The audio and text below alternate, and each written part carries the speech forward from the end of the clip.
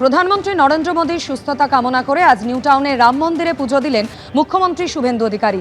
যজ্ঞতেও অংশগ্রহণ করেন তিনি। ভারতের ইতিহাসে দীর্ঘতম সময় প্রধানমন্ত্রীর পদে রয়েছেন নরেন্দ্র মোদী, আর সেই উপলক্ষে আজ দেশ জুড়ে বিভিন্ন মন্দিরে পুজো দেন বিজেপি শাসিত রাজ্যের মুখ্যমন্ত্রীরা। বিশ্বের সর্বশ্রেষ্ঠ জনপ্রিয় নেতা দেশের প্রধানমন্ত্রী মাননীয় নরেন্দ্র দামোদর দাস মোদীজি বিগত দিনের সব রেকর্ড ভেঙে আজকে তিনি সবচেয়ে বেশি দিন ভারতবর্ষের প্রধানমন্ত্রী থাকার রেকর্ড গড়েছেন।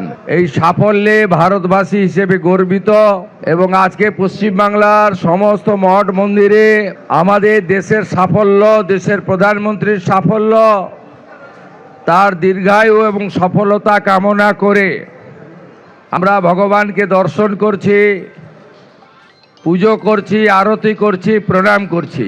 রাষ্ট্রবাদ, ভারতীয় সংস্কৃতি এবং যে গুরু দায়িত্ব মাননীয় প্রধানমন্ত্রী নরেন্দ্র মোদীজি আমাকে দিয়েছেন, তার আশীর্বাদ নিয়ে পশ্চিমবাংলায়ও আগামী দিনে সমস্ত মানুষের কল্যাণ, দেশপ্রেমকে যাতে শক্তিশালী করতে পারি, এই প্রার্থনা এবং আপনাদের সকলের কাছে আশীর্বাদ চেয়ে নিলাম।